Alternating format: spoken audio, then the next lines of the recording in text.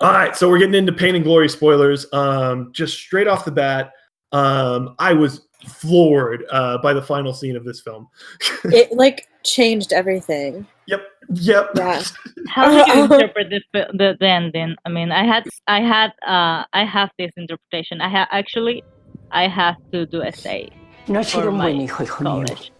Well, okay, there's two things you can walk. Well, I think there's two interpretations I walk away thinking. Is either, all of the events in this film are like made for a movie, or just the childhood moments are the ones that were made for the movie. And I'm not 100% sure which ones are actual in real life. And I get, like, I don't think it's trying to be like too like thinking in that regard, and maybe this is just like my own personal like exposure to that. But I think you could walk away from this being like, oh, hey, all of the events that unfolded are a biopic of a film, which would be a really interesting film. Yeah, it will be a interesting approach. What do you think, Lindsay? I kind of just interpreted it as like this was the story that he was making of his own childhood. So all of the childhood scenes were like dramatized or whatever to be like from that character's point of view, but I don't know if I'm making any sense. But yeah, no, I get what you're saying. I think that's the one that I'm probably going to stick to.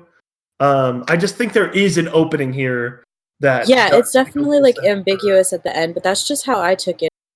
He was like, "Oh, I'm going to make this movie about myself." For sure. Like my interpretation of it, I'm gonna go like a little before the ending. So Salvador discovers he has this, I don't know, this sickness. This growth in his neck. Yeah, exactly, that growth in his neck. So I think that's the way to symbolize it's like a metaphorical way to put he has a knot in his throat, and that he's choking with all the words and all the secrets he has kept and all the things he hasn't said. So that's so beautiful. When they're making a surgery, when they're making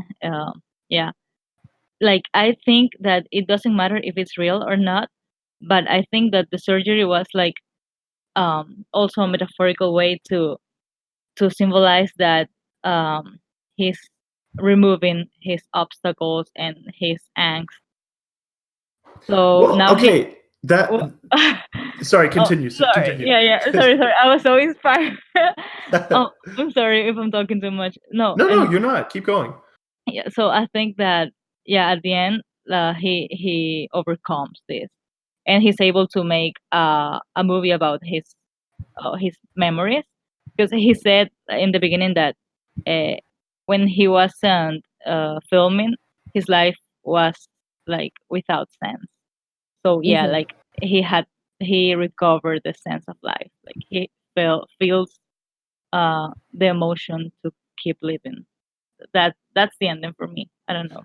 For sure. Yeah. And the reason I brought up that I think it is ambiguous, that you can read into, the whole thing is made to be like his life story, or the whole thing is filmed to be his life story, is I think part of that for me is all these things that he brings up at the beginning, whether it be his insomnia, his back pain, the lump in his throat, all of these things that keep restricting him from making the movies. I don't think the movie is saying they're in his head, but they're partially like he's the one to blame for all of this stuff, because he doesn't want to get out there, because clearly like things have happened in his life. And I think that's a lot to do, so elegantly put, is how much grief he has, like as soon as his mother passes away, which is a huge part, that again, like basically you start with this film only knowing parts A and C or something like that, and then parts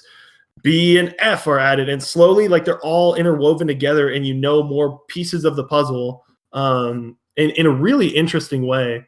And yeah, no, I just thought you're right, that metaphor is used so well, of just being like, hey, you're free now, like you can do what you love again.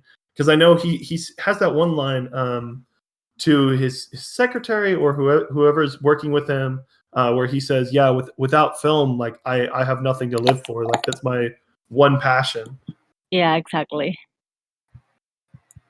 Oh, this movie was so good. So beautiful. I cried twice during it. Yeah, it was too powerful for me. Like the way he talks about his relationship with his mom, and yeah, when his mom died, I was like sobbing in the theater, and it was very powerful for me. Oh, also specifically, I was gonna say the character of is the actor that works for him, is that Federico, or is that which character is that? Now I'm trying to I I think remember. it's remember their names. Federico. Okay, one that's what I thought. But yeah, no, the one that says the monologue, yes, the one that says the Yeah, monologue. yeah. that's Federico. Yeah. Are you sure? He was Because great. the only reason I'm asking is the picture that's popping up right now is of his person that was in Buenos Aires. I could be wrong. We'll cut around this, but no. The reason I bring that up is because I don't know. Maybe it's just because Lindsay had said something prior of like this film being so gay, and she loved like Antonio Banderas like being like openly gay. So I was like, oh well, clearly like maybe there was a relationship between these characters, like actor and director, and that's what caused the falling out. And like just to learn, it lets you learn with the like it understands the audience like sort of expectations almost. And like it lets you learn as it goes. And in doing so, like you understand why he was mad at that actor well before, and you understand like the weird problems like he's trying to uncover, and like the research he's actually doing because like his lover was addicted, and like he could never get him away from that addiction. Yeah, I love that we're not just like told that all outright. Like we just like learn it as we naturally would throughout his life. Because I didn't go into this knowing that it was going to be an LGBT movie. So when that happened, I was just like, this was so beautiful. And yeah, I just love when gay movies aren't about being gay. You know what I mean?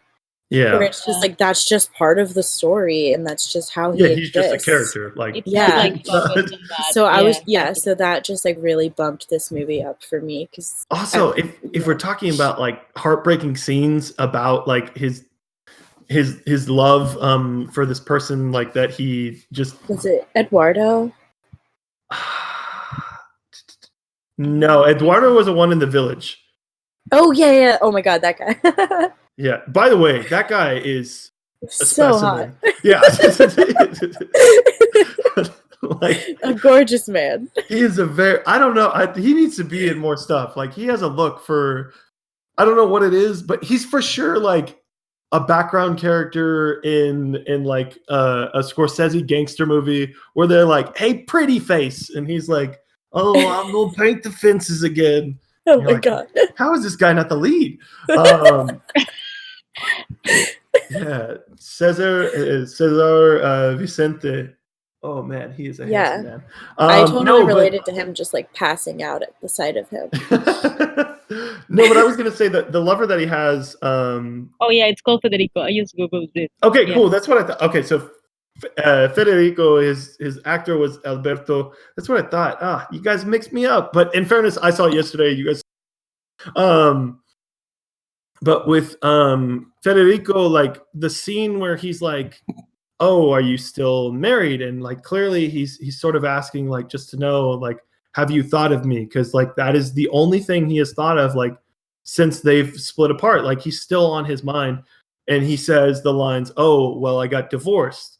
And then it lingers for a second and then says, "I got remarried." And you just see like his heart shatter like in his eyes, but it sort of like lets him like it's almost like you get to see him let go a little bit, if that makes sense. Yeah, and he does it all hesitate. just like with his expression. He doesn't say And again, like lesser films would just outright say that, but here it's just like no, Antonio Banderas is like he's a talented actor to just show that on his face. He's so versatile. Yeah. Also, there was one. Oh, another thing I was gonna say is I love all the stuff that's just sort of about movie making, especially like the monologues he does like in front of the movie theater screen. I don't know, it's just all like done in a really interesting way. All the narration in this is tons of fun, which normally isn't the case. Yeah, I really related to how this movie talked about film and just how you can use it to cope and with your life and with your problems, and how you can use it to relate to other people, because I love movies, and I thought that was super cool and relatable.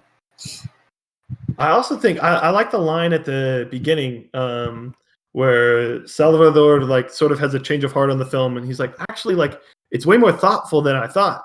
And Mercedes is like, no, the film isn't what changed; it's the eyes that are seeing it. I was like, oh, that's a smart line. Like, That's a great quote. Yeah, no, I just love that. Like, you can put that on a poster for me. Oh man, I think we're about done with spoilers, right? Yeah, I think so. Sweet. Yeah, I'm probably gonna check this out again before Oscar season, just to reestablish, where I fall on this. But yeah, really great performance from Antonio Banderas, and great overall film. Yeah, I think Yes, it's a great work from Almodovar. And that concludes our spoiler discussion. Also, maybe be on the lookout para un reseña para Dolor y Gloria de mis película. Adiós. Adiós. Great job. I felt like Dora saying adios. Oh my god. Can you say adios? Adios. Oh my god.